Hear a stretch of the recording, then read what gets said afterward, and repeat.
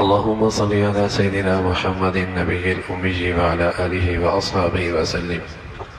اللهم صل على سيدنا محمد النبي الأمي وعلى آله وأصحابه وسلم.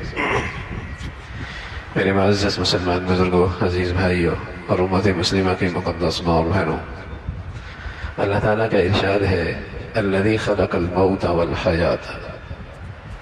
اللہ کی ذات ہے جس نے موت پیدا فرمائی، جس نے زندگی پیدا فرمائی. موت زندگی کے بعد آتی ہے، زندگی پہلے آتی ہے، پھر موت آتی ہے.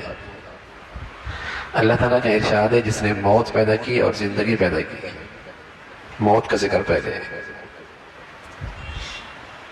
زندگی سے بھی پہلے موت کا ذکر ہے. تو جنہیں اللہ رب العزت نے قرآن کے علم کا ایک بڑا حصہ عطا فرمایا ہے اور فرماتے ہیں کہ زندگی کا مزہ، زندگی کا لطف، زندگی کی خوشگواری انہیں نصیب ہوتی ہے جو اپنی زندگی میں سب سے پہلے اور ہر وقت موت کو سامنے رکھتا ہے. زندگی کا مزہ بھی اسے ملتا ہے جو اپنے سامنے موت کو سامنے رکھتا ہے. اس دنیاوی زندگی کا لطف بھی اسے ملتا ہے. مولانا رومی رحمۃ اللہ علیہ بات حکایات سے سمجھاتے تھے. انہوں نے ایک حکایت لکھی کہ ایک شخص کابل سے دہلی روانہ ہوا. وہ دور بیل گاڑیوں کا ہوا کرتا تھا، مہینوں کا سفر تھا دہلی کا. تجارت اس کی غرض تھی. اپنے دوست احباب سے عرض کیا کہ طویل سفر ہے، تمہاری کوئی چاہت ہو تو وہ بھی پوری ہو سکتی ہے. تو اس نے اپنے گھر میں پنجرے میں طوطے پالے ہوئے تھے. جا کے ان سے بھی پوچھا کہ تمہاری بھی کوئی چاہت ہو. تو انہوں نے اپنی زبان میں بتایا کہ اگر ہماری برادری کہیں ملے تو انہیں بتانا کہ تمہاری برادری کے کتنے ایسے افراد ہیں جو پنجروں کی قید و بند کی زندگی گزار رہے ہیں اور تم آزاد فضاؤں میں مزے کر رہے ہو. کچھ ان کی بھی فکر ہے، بس ہمارا یہ پیغام سنا دینا. یہ شخص دہلی جاتا ہے، معاملات نمٹاتا ہے، پھر باہر جنگل کی طرف نکلتا ہے. درخت پہ طوطے ملتے ہیں، انہیں یہ درد بھرا پیغام سناتا ہے. تو ایک طوطا شاخ سے نیچے آ گیا، جیسے اس کی روح ہی نکل گئی. ایسے بڑا دکھ ہوا کہ پیغام بڑا درد بھرا تھا، ایک کی تو جان ہی چلی گئی. واپس پہنچا، منزل تک واپس آیا، سامان رکھا، آرام کیا، پھر اپنے طوطوں کے پاس گیا اور انہیں کہا کہ تم نے بڑا درد بھرا پیغام دیا تھا، میں نے یہ سنایا تو ایک طوطی کی تو جان ہی نکل گئی، درخت سے نیچے آ گرا. تو یہ سننا تھا تو ان پنجرے کے طوطوں نے اپنی گردنیں زمین پہ رکھ دی جیسے ان کی روح بھی نکل گئی ہو. اس نے اسے پکڑ کے باہر نکالا تو وہ فوراً درخت پہ جا کے بیٹھے. اس نے کہا یہ کیا ہے؟ کہا انہوں نے ہمیں پیغام دیا ہے زندگی کا مزہ چاہیے تو پہلے مر کے دکھاؤ.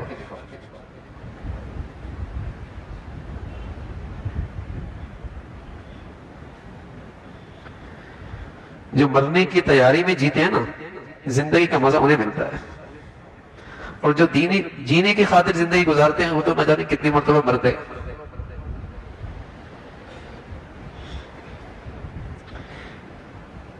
وہ تو نہ جانے کتنی مرتبہ کہ ہمیں مر جائیں تو اچھا ہے.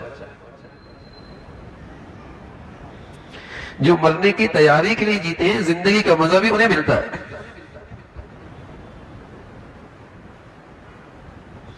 جب سے اس مسلمان نے اپنی زندگی سے اس منزل کو بھلا دیا نا، اس کی زندگی کی خوشگواری ختم ہو گئی.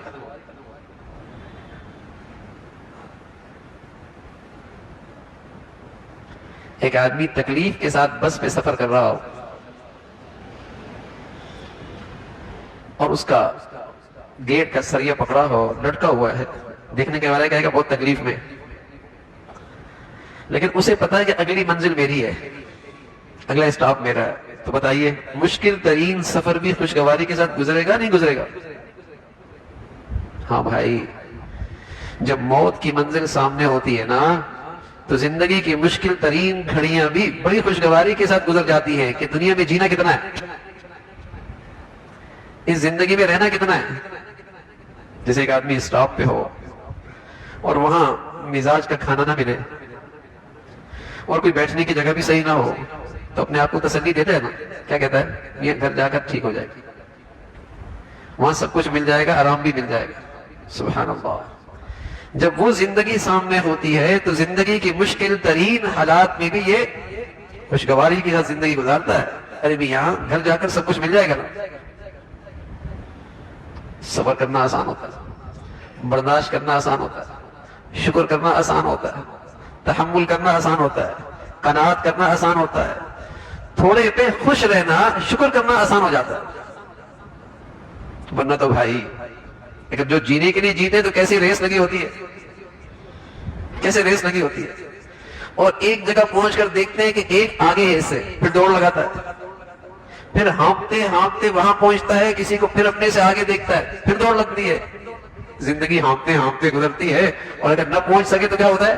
ڈپریشن میں چلا جاتا ہے۔ وہ نہ مل پائے تو کیا ہوتا ہے؟ ڈپریشن میں چلا جاتا ہے، ڈپریس رہنے لگتا ہے، مایوسی اسے گھیر لیتی ہے، شکوے اس کی زندگی کا حصہ بن جاتا ہے، شکایات ہر وقت اس کی زبان پہ رہتی ہے، مایوسی اسے گھیر لیتی ہے۔ دوڑ لگائی، پہنچ نہیں پایا، کہاں تک پہنچے گا؟ کوئی تو اس سے آگے ملے گا نا، کہاں تک پہنچے گا؟ لیکن جن خوش نصیب لوگوں کے سامنے منزل ہمیشہ سامنے رہتی ہے، اس لیے پیارے نبی فرمایا کرتے تھے اکثروا ذکر ہادم اللذات وہی الموت،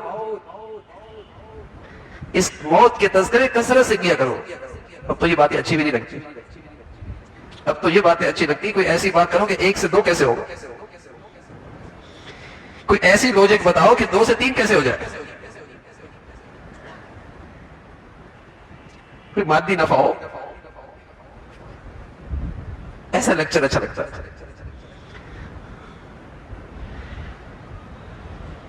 موت کے تذکرے اچھے لگتے ہیں، اور اللہ کے نبی کیا کہنے لگے؟ اکثروا ذکر ہادم اللذات، اس کا ذکر کثرت سے کیا کرو، اسے سامنے رکھو، سکون بہت رہے۔ ملے گا تو شکر کرنا آسان ہوگا، نہ ملے گا تو صبر کرنا آسان ہوگا، تھوڑا ہوگا تب بھی دل سے شکر نکلے گا، اور یہ بھولی ہوئی ہو موت تو بہت ہو تب بھی نہ شکری ہوگی، ذرا سی ناگواری ہو پھر بھی بے صبری ہوگی، نہ وہ غم برداشت ہوگا، نہ وہ دکھ برداشت ہوگا، نہ وہ غم برداشت ہوگا، نہ وہ دکھ برداشت ہوگا۔ جہاں جذبہ ٹوٹا، خواہش ٹوٹی، ڈپریشن میں چلی گئی، ڈپریس رہنے لگ گئی۔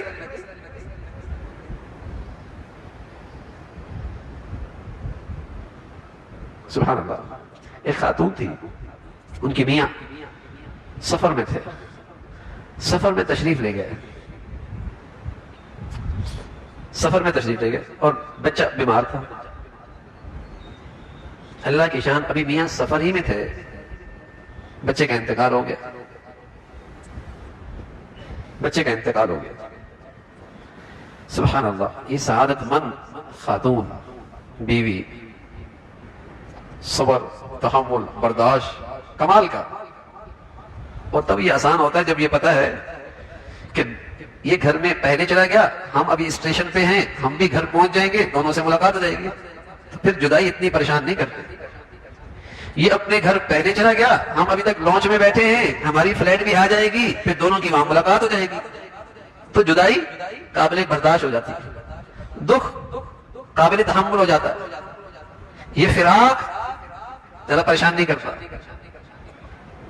لیکن کوئی آدمی اسی دنیا میں اولاد سے ساری امیدیں باندھ بیٹھے، اور وہ شیخ چلی کا سارا منصوبہ دھرم سے نیچے گرے، تو بتائیے پھر ڈپریشن میں جائے گا نہیں جائے گا؟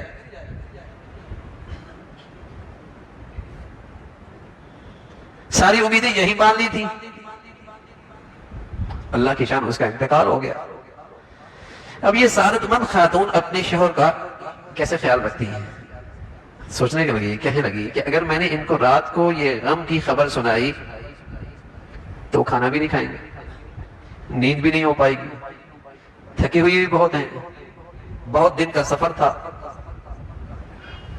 تو میاں آئے، پوچھا بچہ کیسا ہے؟ کہنے لگی پہلے سے زیادہ آرام میں ہیں. سبحان اللہ, پہلے سے زیادہ آرام میں ہیں. حضرت عبداللہ ابن عباس کے والد کا انتقال ہوا نا, حضرت عباس کا رضی اللہ عنہ. ایک شخص آیا, کہنے لگا عبداللہ تم سید زادے ہو, اور پتہ ہے تمہارے ابا کہاں گئے ہیں؟ ساری زندگی تم انہیں خیال رکھتے تو وہ راحت آرام نہ پہنچا سکتے جو انہیں آج راحت و آرام مل رہی ہے. کیا خوبصورت تعزیت ہے, کیسے پیارے الفاظ سے تسلی ہے, الفاظ کا کتنا اچھا چناؤ ہے غم ہلکا کرنے کے لیے. کہنے پتہ ہے کہاں گئے؟ ساری زندگی تم خدمت کرتے ہیں, خیال رکھتے ہیں, وہ آرام نہ پہنچا سکتے اور راحت نہ ملتی انہیں جو آج مل رہی ہے.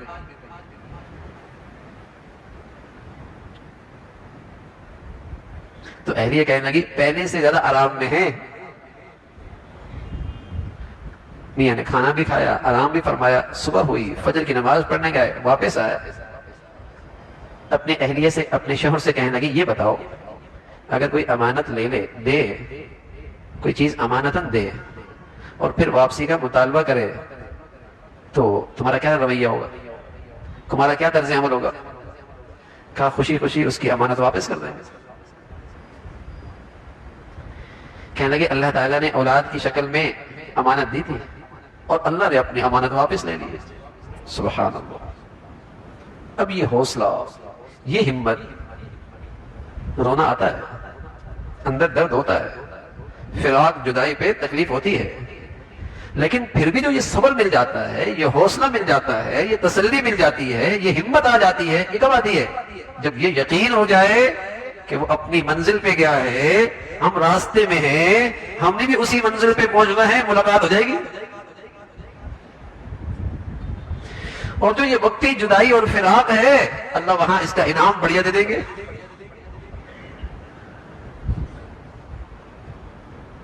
یہ ہے اس زندگی کو خوشگوار بنانے کی چیز کہ موت کو سامنے رکھو, موت کو سامنے رکھو.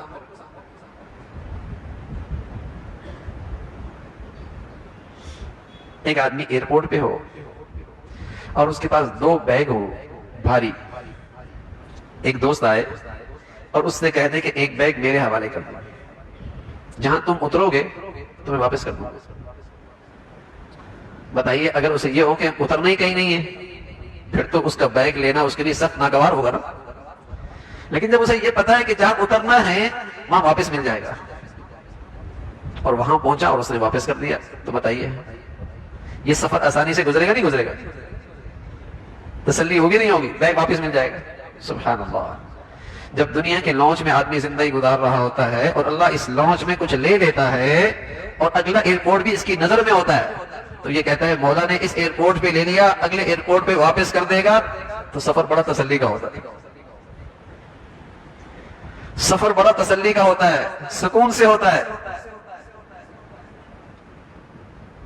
لیکن اگر اگلی منزل نظروں میں نہیں ہے, اس کا استحضار اور دھیان ہی نہیں ہے,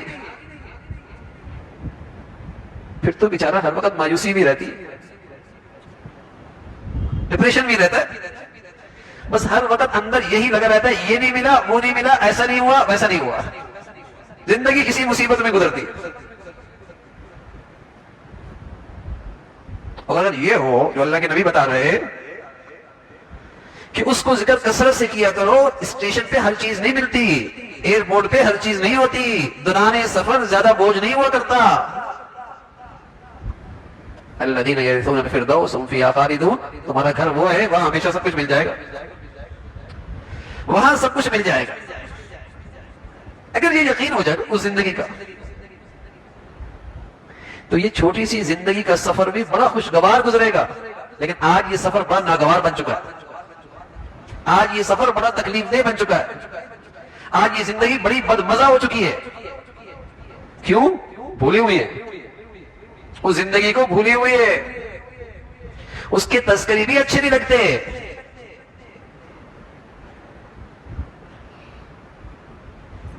وہ باتیں بھی اچھی نہیں لگتی.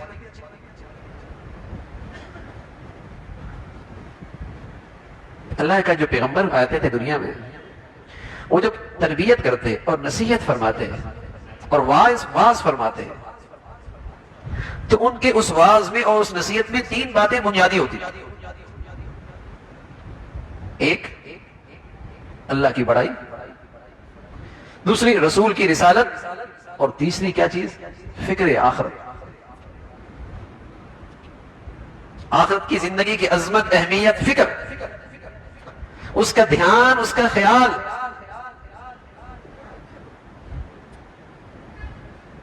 لوگوں کی تربیت میں یہ بنیادی اصول تھا. یقین جانیے آج وہی زندگی چونکہ نظروں سے اوجھل ہے، مرنے کے بعد کی زندگی، عبادت بھی کھوکھلی ہے، کھوکھلی ہے. اس لیے کہ مزدوری کا جب پتا ہو نا کہ مزدوری ملنے والی ہے اور مزدوری دینے والا مالک دیکھ رہا ہے، تو پھر مزدوری میں بڑی جوش و خروش ہوتا ہے. پھر مزدوری میں بڑا جوش و خروش ہوتا ہے.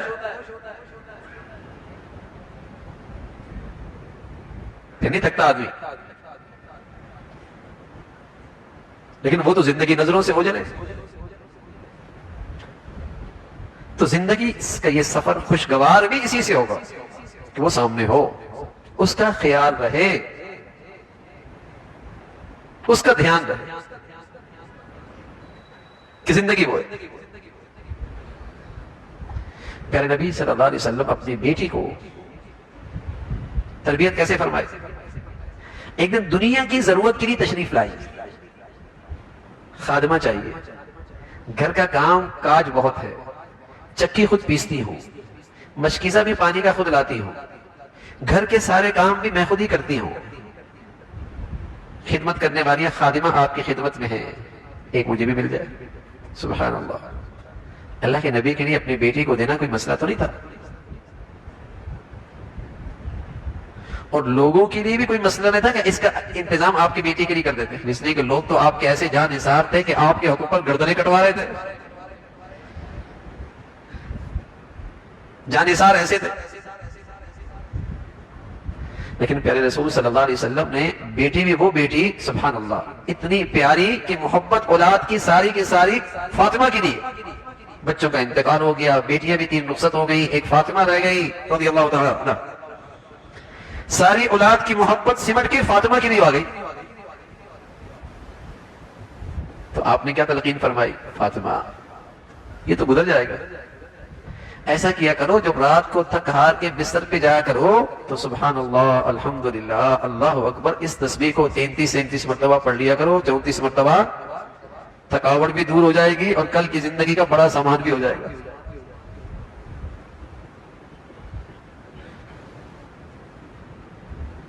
ماں کی کمائی بھی بڑی ہو جائے گی. اب ذرا سی خواہش پوری نہ ہو نا، کتنی پریشانی ہوتی ہے.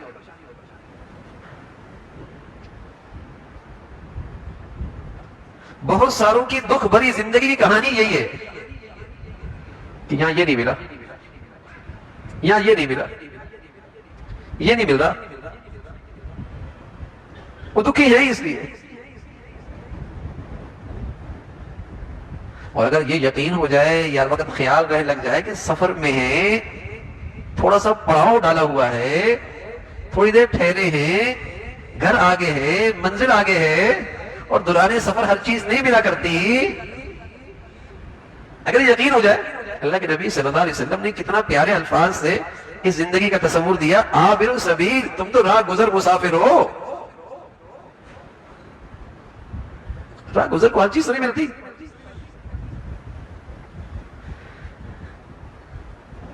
لیکن ہم تو اسی کو زندگی سمجھ بیٹھے، ساری صلاحیتیں ہی اسی کے گرد گھوم رہی ہیں کہ یہ کیسے اچھی ہو جائے، اس کا معیار، اسٹیٹس کیسے بڑھیا ہو جائے. اور جہاں ذرا سے خواہش پہ چوٹ لگی، مایوس ہو کے بیٹھ گئے، مایوس ہو کے بیٹھ گئے. وہ زندگی ہے، لیکن بھولے ہوئے ہیں. سچ اتنا ہے، یہ بات سچی اتنی ہے کہ دنیا میں کسی نے اس موت کا انکار نہیں کیا، لیکن اس سچائی سے غفلت بھی اتنی ہے، شاید کسی اور سچائی سے اتنی غفلت نہ ہو. یقینی اتنی ہے کہ خود اپنے گھر کے کئی لوگوں کو ان کندھوں پہ اٹھا کے روانہ کر چکے ہیں، لیکن وہ اتنی ہے سمجھ بیٹھا میں نہیں جانا۔ جانے والے ایسی تھوڑی زندگی گزارتے، جانے والے ایسی تھوڑی زندگی گزارا کرتے۔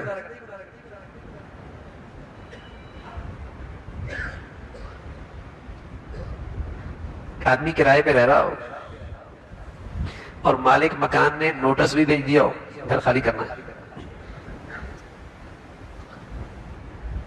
کرائے پہ رہ رہا ہو، مالک مکان نے نوٹس بھی بھیج دیا ہو گھر خالی کرنا ہے، اس کا اپنا گھر کہیں اور بن رہا ہے، گلشن میں بن رہا ہے، ڈیفینس میں بن رہا ہے، کہیں اور بن رہا ہے، جس گھر میں کرائے پہ رہ رہا ہے وہاں مالک مکان نے نوٹس بھی دے دیا ہو۔ بتائیے عقل مندی کا تقاضا کیا ہے؟ نیا قالین کہاں لگائے گا؟ نئی ٹائلز کہاں لگائے گا؟ نیا فرنیچر کہاں لگائے گا؟ جہاں مالک مکان نے نوٹس دیا یا اپنے گھر میں؟ ابا چلے گئے، دادا بھی چلے گئے، اماں بھی چلی گئی، اللہ رب العزت نے نوٹس دے دیا ہے اس کرائے کے مکان سے تم نے بھی شفٹ ہونا ہے، لیکن ساری فکر اگر لگی ہے تو اسی گھر کی، اور جو اپنا گھر ہے اس کی طرف توجہ ہی نہیں ہے، اور کہتے ہیں بڑا عقل مند ہے، بڑا ہوشیار ہے، بڑا سمجھدار ہے۔ ابا بھی چلے گئے، دادا بھی چلے گئے، اماں بھی چلی گئی، نوٹس بھی آ گئی، نوٹس ہی تو ہے۔ اولم یتذکروا ما یتذکروا وجاءکم النذیر، کیا تمہارے پاس نوٹس نہیں آیا تھا، نصیحت نہیں آئی تھی، پیغام نہیں آیا تھا، ڈرانے والا نہیں آیا تھا؟ اولم نعمرکم ما یتذکروا فیہ من تذکر وجاءکم النذیر، اتنی عمر اللہ نے دی تھی، نصیحت والے ڈرانے والے آئے تھے، لیکن اس نوٹس پہ توجہ نہیں دیتا، اور لگا اسی پر ہے۔ میرے عزیزو، تمام برائیوں کی جڑ اور تمام خرابیوں کی جڑ اپنے جانے کو بھول جانا،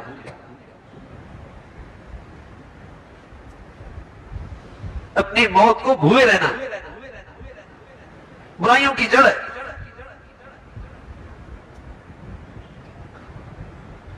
اور زندگی کی پاکیزگی، زندگی کی طہارت، زندگی میں تقدس، زندگی میں پرہیزگاری موت کو یاد رکھنے سے نصیب ہوتی ہے۔ ہر وقت اس کا خیال رہنا، پتہ نہیں صبح اٹھوں نہ اٹھوں۔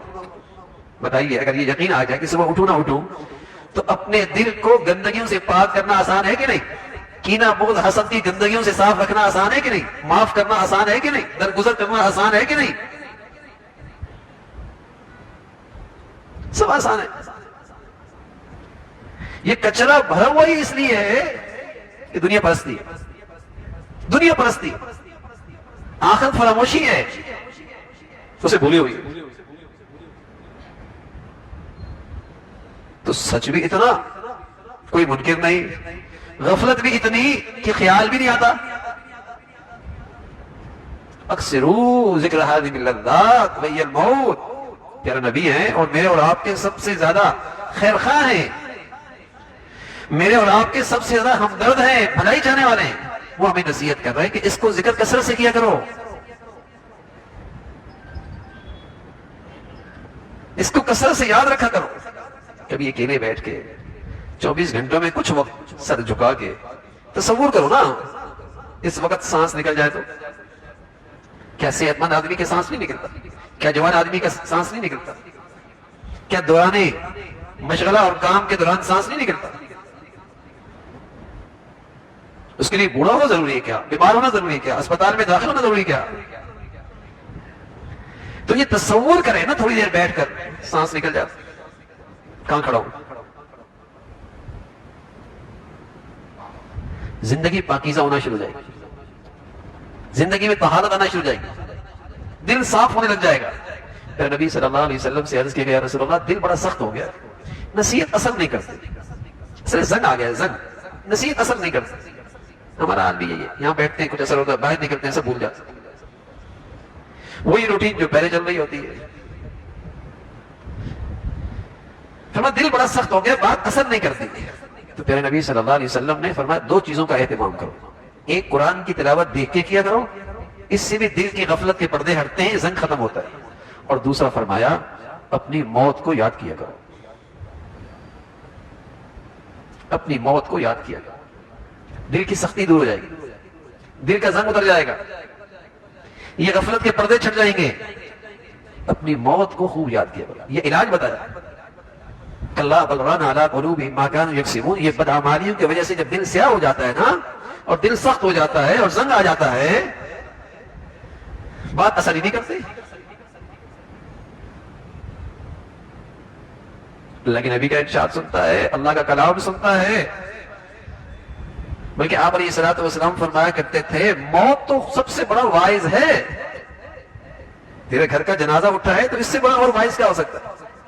تو نے کندھوں پہ جنازے کا اٹھایا ہے، اس سے بڑا اور کیا واعظ ہو سکتا ہے؟ اپنے ہاتھوں سے منومن مٹی کے اندر رکھ کے آیا ہے، اس سے بڑی اور کیا نصیحت ہو سکتی ہے؟ لیکن یہ دل ہے، ایسی غفلت ہے، جنازوں میں بھی غفلت ہی غفلت ہوتی ہے، اثر نہیں لیتا. ورنہ تو ایک جنازہ اٹھتا تھا خاندان کی زندگی بدل جایا کرتی تھی،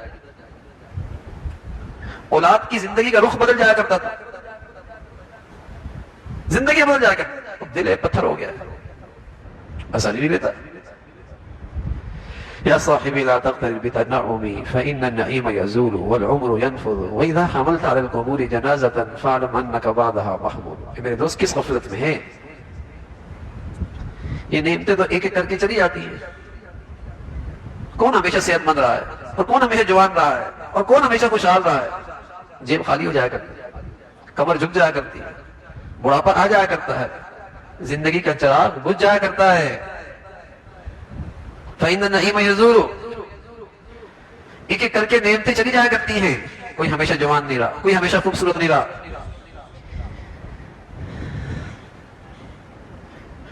نعمتوں پہ زوال آتا ہے، بڑھاپا آتا ہے، جوانی چلی جاتی ہے، بیماری آ جاتی ہے. والعمر ينفض. زندگی کا چراغ بھی بجھ جاتا ہے. وَإِذَا حَمَلْتَ عَلَى الْقُبُورِ جَنَازَةً فَاعْلَمْ أَنَّكَ بَعْدَهَا مَحْمُولٌ. جب تم کسی کو دیکھو کہ لوگ اس کندھے پہ اٹھا کے لے کے جا رہے ہیں تو اس انداز، اس نظر سے بھی دیکھ لیا کرو کہ اس سواری پہ دنیا تمہیں بھی اٹھا کے لے کے جائے گی. جب جانے والوں کو دیکھو تو اس نظر سے بھی دیکھو کہ یہ سفر تم نے بھی اسی سواری پہ طے کرنا ہے. ابو ہریرہ رضی اللہ تعالیٰ عنہ جنازہ سامنے سے جا رہا تھا. ایک نوجوان نے پوچھا ابو ہریرہ رضی اللہ تعالیٰ عنہ کس کا جنازہ ہے؟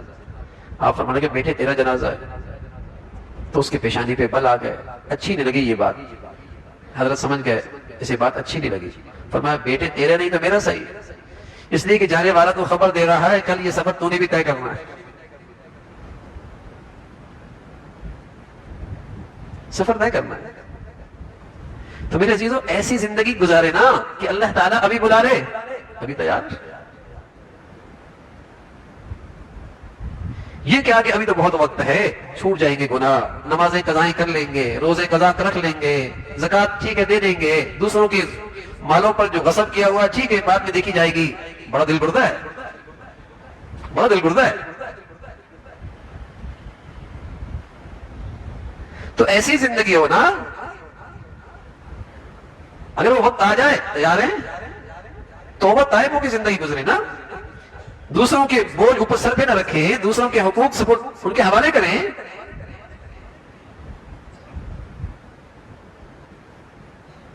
وَمَن نُعَمِّرْهُ نُنَكِّسْهُ فِي الْخَلْقِ أَفَلَا يَعْقِلُونَ. سمجھتے نہیں ہو؟ یہ تمہاری جو جسم میں تخلیق میں تبدیلی آ رہی ہے، پیغام ہے کہ یہاں کسی کو پائیداری نہیں ہے، یہاں کسی نے نہیں ٹھہرنا. روز دیکھتے ہیں پڑھتے پڑھتے ماں باپ نے سرمایہ لگایا، جیسے ہی ڈگری لے کے آیا انتقال ہو گیا. نہیں دیکھتے. زندگی بھر کی پونجی اکٹھی کی، گھر بنایا، جیسی بنا روانہ ہو گیا، ٹھہرنا نصیب نہیں ہوا. اتنے ارمانوں سے کاروبار شروع کیا، تیار ہو گیا، روانہ ہو گیا. روز دیکھتے ہیں بناتا کوئی ہے، رہتا کوئی ہے. تجوریاں کوئی بھرتا ہے، استعمال کوئی کرتا ہے. کام کوئی شروع کرتا ہے، کھاتا کوئی ہے. اکٹھا کوئی کرتا ہے کہ کام کسی اور کے آتا ہے.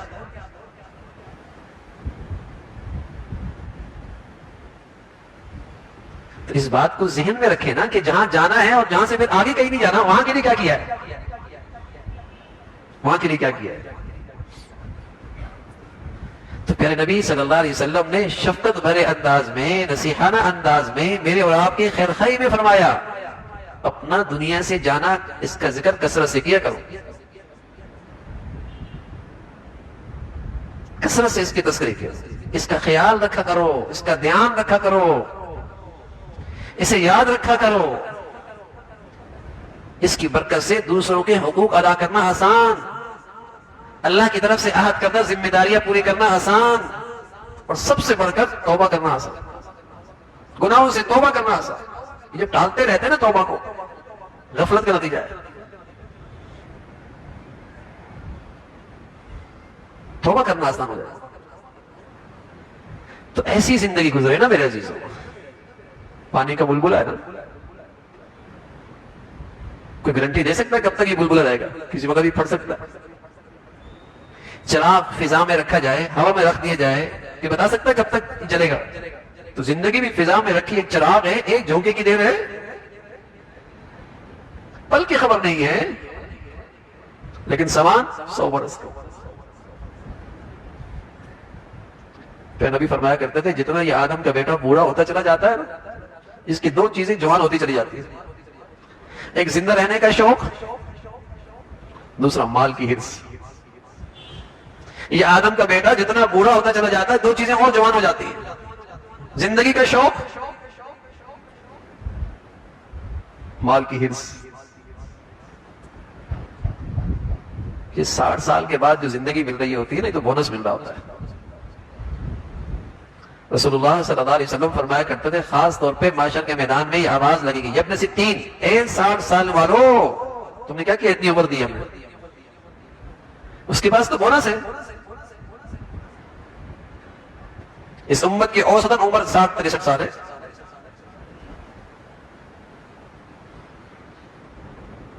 یا تو جانا نہ ہو نا میرے عزیزوں، پھر بھی سمجھ میں آتا ہے، یا تو ہمارے گھر سے کوئی گیا نہ ہو، پھر بھی سمجھ میں آتا ہے، یا تو کوئی بچنے کی صورت ہو۔ جب یہ سچ ہے اور جانا ہے اور کسی لمحے بھی جانا ہے تو پھر تیاری۔ اس لیے پھر نبی صلی اللہ علیہ وسلم فرمایا کرتے ہیں العاقل، عقل مند آدمی کون ہے، سمجھدار آدمی کون، العاقل، عقل مند آدمی کون ہے، من دان نفسہ وعامل لما بعد الموت۔ عقل مند آدمی کون ہے؟ جو اپنے نفس کے جذبات اور خواہشات کو قابو میں رکھے، وہ اسے غفلت میں گناہوں میں نہ ڈالے، وعامل لما بعد الموت، اور جو زندگی ہے اور جو حقیقی زندگی ہے اور جو ہمیشہ کی زندگی ہے اس کی محنت اور عمل میں رہے، یہ عقل مند آدمی۔ وہ تو کم عقل آدمی ہے کہ من مانی زندگی گزارے اور پھر کہے اللہ بڑا مہربان ہے۔ وہ تو کم عقل آدمی ہے، عقل سے خالی ہے کہ من مانی زندگی گزار رہا ہے اور پھر کہے اللہ بڑا مہربان ہے، اللہ بڑا معاف کرنے والے ہے۔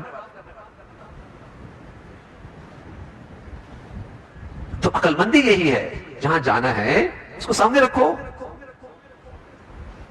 آج دنیا میں باطل کا غلبہ ہے، اور باطل نے دنیا میں ایک ایسا ماحول دے دیا، ایسا ماحول بنا دیا۔ باطل کیا، چونکہ زندگی کا تصور ہے ہی 70 80 90 سال، اس کے بعد تو ان کے یہاں زندگی نہیں ہے، تو اس نے ایسا ماحول دنیا میں بنا دیا ہے کہ مسلمان جن کا عقیدہ ہے کہ مرنے کے بعد حقیقی زندگی ہے، وہ بھی سمجھتا ہے کیریئر یہی ہے، وہ بھی سمجھتا ہے کیریئر یہی ہے۔ بچیوں سے پوچھو نا کب شادی کرنی، پہلے میں اپنا کیریئر بنا لوں پھر شادی کر لوں گا۔ بچے سے پوچھو بھیا شادی، نہ ابھی تو میرا کیریئر کہاں بنا ہے، پہلے کیریئر بناؤں گا پھر شادی کروں گا۔ باپ سے کہو بچوں کی شادی کر دو، پاؤں پہ تو کھڑا ہو جائے، کیریئر تو اپنا بنا لیں پھر شادی بھی کر لیں گے۔ ان بچوں کو اپنے سے دور کیوں کر رہا؟ کیریئر بن جائے گا نا ذرا۔ بھئی کون سا کیریئر ہے؟ یہ 60 70 80 سال والا کیریئر تو کافر کا ہوتا ہے، مسلمان کا کیریئر تو شروع ہی آنکھ بند ہونے کے بعد ہے۔ یہ تو اس کیریئر کی تیاری کے لیے ہے کہ کیریئر بنا لو، 70 80 سال یوں گزار لو کہ کیریئر بن جائے گا، ورنہ یہی کیریئر ہوتا تو میرے نبی گھر میں تھوڑی فاقے ہوتے، فاطمہ کے گھر میں تھوڑی بھوک ہوتی رضی اللہ تعالیٰ عنہ، پھر تو یہاں سونے کے پہاڑ تقسیم ہو رہے ہوتے۔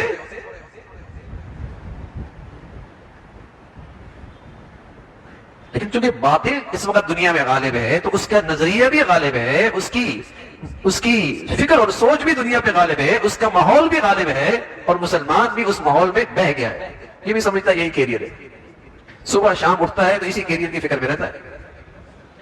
فیصلے کرتا ہے تو اسی کیریئر کو سامنے رکھ کے کرتا ہے، بلکہ اس کی زندگی کی ترجیح ہی یہی دنیا کی زندگی ہے، ترجیحات یہی ہے. باقی اس ترجیحات کے ساتھ کوئی اسلام کا جسے کہتے ہیں ٹچ وغیرہ لگ گیا ٹھیک ہے، اسلام کا سلسلہ بھی تھوڑا بہت ہو تو ٹھیک ہے، ورنہ ترجیحات وہی ہے. تو مسلمان کی ترجیحات آخرت ہوتی ہے، وہ کیریئر ہوتا ہے، اور اس کو اپنی موت ہر وقت پیش نظر ہوتی ہے. الذی خلق الموت والحیات، اللہ وہ ذات ہے جس نے موت اور زندگی پیدا کی، سبق دیا کہ زندگی میں ہمیشہ موت کو سامنے رکھو، تو یہ سفر بھی زندگی کا بڑا خوشگوار گزرے گا. ڈپریشن نہیں ہوگا، ڈپریس نہیں رہو گے، مطمئن رہو گے، مطمئن رہو گے. تصور کیجئے نا، سفر میں کوئی چیز نہیں ملتی تو حوصلہ نہیں ہوتا، کوئی بات نہیں، سفر ہی تو ہے، گھر جا کے مل جائے گا. سفر میں تھوڑی سی مشقت ہوتی تو حوصلہ نہیں آتا، کوئی بات نہیں، سفر ہے کتنا. تو ایسی زندگی کے سفر میں آدمی کو حوصلہ ملتا ہے جب منزل سامنے ہو، اور اگر منزل بھول گیا تو پھر تو بہت مشکل ہے، پھر مایوسی ہے. تو اس زندگی کو سامنے رکھنا زندگی کو مطمئن کرتا ہے، ایمان والی صفات پیدا ہوتی ہیں، قناعت آتی ہے، شکر آتا ہے، صبر پیدا ہوتا ہے اس زندگی کو سامنے رکھنے سے. اور اللہ حفاظت فرمائے اگر اس کو بھول بیٹھے پھر تو حرص و ہوس، پھر تو حرص و ہوس، پھر تو ایک دوڑ ہے جس کی کوئی انتہا نہیں،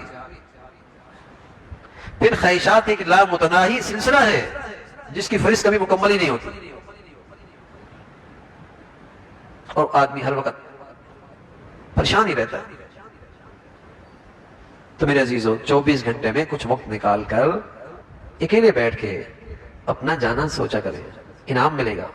جب جاؤ گے تو پیارے نبی نے فرمایا پھر یہ جانا کوئی معمولی نہیں ہوگا، یہ جانا اس کے لیے تحفہ بن کے آئے گا. سبحان اللہ. پھر یہ شفٹنگ کوئی معمولی نہیں ہوگی، تحفہ بن کے آئے گا. جیسے اورنگی ٹاؤن میں کوئی رہتا ہو اور اس کے ہاتھ میں کوئی ڈیفنس کی کوٹھی کی چابی دے دے تو بتائیے کتنی خوشی سے شفٹنگ ہوگی، کتنی خوشی سے شفٹنگ ہوگی. تو اللہ میاں بھی یوں کہیں گے ارجعی الی ربک راضیۃ مرضیہ فادخلی فی عبادی وادخلی جنتی، آجا میرے پاس، تو مجھ سے راضی میں تجھ سے راضی، تو میری جنت میں آ جا. یہ موت کے وقت ہوگا تو اس کو اتنی خوشی ہوگی، اتنی خوشی ہوگی کہ کتنے جلدی یہ روح نکلے. یہ تحفہ بن کے آیا، یہ موت تحفہ بن کے آیا. جب بندہ دنیا میں آتا ہے تو آدمی رو رہا ہوتا ہے، بچہ رو رہا ہوتا ہے، سب سے پہلے دنیا میں آگے روتا ہے. لیکن اگر زندگی خوبصورت ہو جائے تو دنیا رو رہی ہوگی، یہ ہنس رہا ہوگا. دنیا رو رہی ہوگی، ہنس رہا ہوگا. جب یہ آیا تھا یہ رو رہا تھا، دنیا ہنس رہی تھی.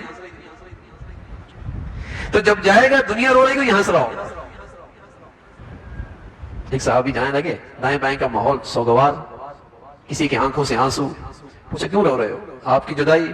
فرمایا واہ واہ غدن نلقل محمدن واصحابہ، بڑا مزہ آئے گا، کل اپنے پیاروں سے ملاقات ہو جائے گی، کل اپنے پیاروں سے ملاقات ہو جائے گی. من احب لقاء اللہ احب لقاءہ، جو اللہ سے ملاقات کا مشتاق ہے اور شوقین ہے اللہ بھی اسے پھر ملنا چاہتا ہے. من احب لقاء اللہ احب لقاءہ.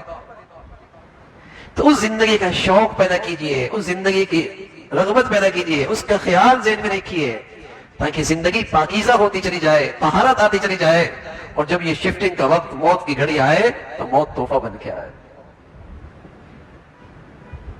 اللہ تخافوا ولا تحزنوا، اللہ تعالیٰ کے فرشتے اسے کیا کہتے ہیں موت کے وقت؟ اللہ تخافوا ولا تحزنوا، خوف نہ کھا، آگے سارے گھاٹیوں میں ہم تمہارے ساتھ ہیں. ولا تحزنوا، جو پیچھے رہ گیا وہ بہت معمولی ہے، جو آگے ملنے والا ہے بہت قیمتی ہے، اس لیے پیچھے رہنے والے پر غم کھانے کی ضرورت نہیں ہے. یہ خوشخبری فرشتے موت کے وقت اسے دے رہے ہوتے ہیں، اس کا حوصلہ بڑھا رہے ہوتے ہیں. آگے گھاٹیوں میں خوف کھانے کی ضرورت نہیں. سب سے بڑھ کر نزلا من غفور الرحیم، تو مہمان ہے اور رب کریم تیرا میزبان ہے، اور مولا اپنے شاید شان میزبانی کریں گے. اور اس کی ایک جھلک کیا ہے؟ اس کی ایک جھلک کیا ہے؟ وَلَكُمْ فِيهَا مَا تَشْتَهِي أَنفُسُكُمْ، جو تو چاہے گا بس وہ ہو جائے گا، جو تو چاہے گا وہ ہو جائے گا، جیسا چاہے گا ویسے ہو جائے گا، جو تیری پسند ہوگی حاضر ہو جائے گی. ایسی شاندار میزبانی ہوگی اس لیے بھائی تیرے نبی صلی اللہ علیہ وسلم فرمایا کرتے تھے اللہم لا عیش الا عیش الاخر، اللہم لا عیش الا عیش الاخر، اللہ زندگی تو کل کی زندگی، زندگی تو وہ زندگی ہے۔ تو میرے عزیزو ہماری زندگی کے سفر میں وہ زندگی ترجیح بن جائے، اس زندگی کو سامنے رکھ کر ہمارے فیصلے ہونے لگ جائیں، اس زندگی کو رکھ کر ہماری صبح شام گزرنے لگے، یہ ہے ایک صاحب ایمان کی شان۔ اللہ ہم سب کو ایسی مبارک زندگی نصیب فرمائے۔ وآخر دعوانا الحمدللہ رب العالمین۔ اللہم لک الحمد کلو ولک الشکر کلو، اللہم لک الحمد کلو ولک الشکر کلو، اللہم اعنا علی ذکرک و شکرک و حسن عبادتک، اللہم اعنا علی ذکرک و شکرک و حسن عبادتک، سبحان اللہ و بحمدہ سبحان اللہ العظیم، اللہم اعنا علی ذکرک و شکرک و حسن عبادتک، یا حی یا قیوم برحمتک نستغیث اصلح لنا شأننا کلہ ولا تکلنا الی انفسنا طرفۃ عین، اللہم بارک لنا فی الموت وفیما بعد الموت، اللہم بارک لنا فی الموت وفیما بعد الموت۔ یا ارحم الراحمین ہم سبھی کی غفلت کو ختم فرما دے، ہمیں آخرت کی زندگی کا خیال دھیان فکر نصیب فرما، اپنے فضل سے آخرت کی زندگی کو سامنے رکھ کر ہمیں زندگی کے فیصلے کرنے کی توفیق عطا فرما، ہمیشہ اپنے بچے بچیوں کی تعلیم کے، تربیت کے، زندگی کے صحیح فیصلے کرنے کی توفیق عطا فرما، غفلتوں سے محفوظ فرما، گناہوں سے محفوظ فرما، حرام سے محفوظ فرما۔ اے مولا کریم اپنے فضل سے، اپنی نافرمانی سے ہمارے گھروں کو، ہماری زندگیوں کو محفوظ فرما، اپنے فضل سے بری زندگی سے، بری موت سے، برے حالات سے محفوظ فرما۔ یا ارحم الراحمین تمام حاضرین حاضرات، سامعین سامعات کی تمام زائد حاجات کو پورا فرما، مشکلات کو آسان فرما، پریشانیوں کو ختم فرما، اپنے فضل سے ہماری اولادوں کو ہمارے لیے صدقہ جاریہ بنا، راحت کا ذریعہ بنا، اپنا بھی والدین کا فرما بردار بنا، اولادوں کی نافرمانیوں سے محفوظ فرما، گھروں میں ایمان کی زندگی، آخرت کی فکر والی زندگی ہم سب کو نصیب فرما، ہمارے گھروں میں مولا کریم پورے دین پہ چلنا ہم سب کے لیے آسان فرما، معاملات معاشرت میں اے اللہ اپنی ذات کو اور آخرت کو سامنے رکھنے کی توفیق عطا فرما، اپنے فضل سے، اپنے کرم سے ہم سب کے حال پہ رحم فرما، ساری امت مسلمہ کے حال پہ رحم فرما، دنیا بھر کے مظلوم مسلمانوں کی مدد اور نصرت فرما، مولا کریم اہل اسلام کو نیک صالح قیادت نصیب فرما، ظالموں سے، بے دینوں سے، جہلاء سے اس امت کو نجات عطا فرما، اپنے فضل سے مسلمانوں کو ایمان اسلام پر باہمی اتفاق نصیب فرما، ہمارے ملک کو سلامتی عطا فرما،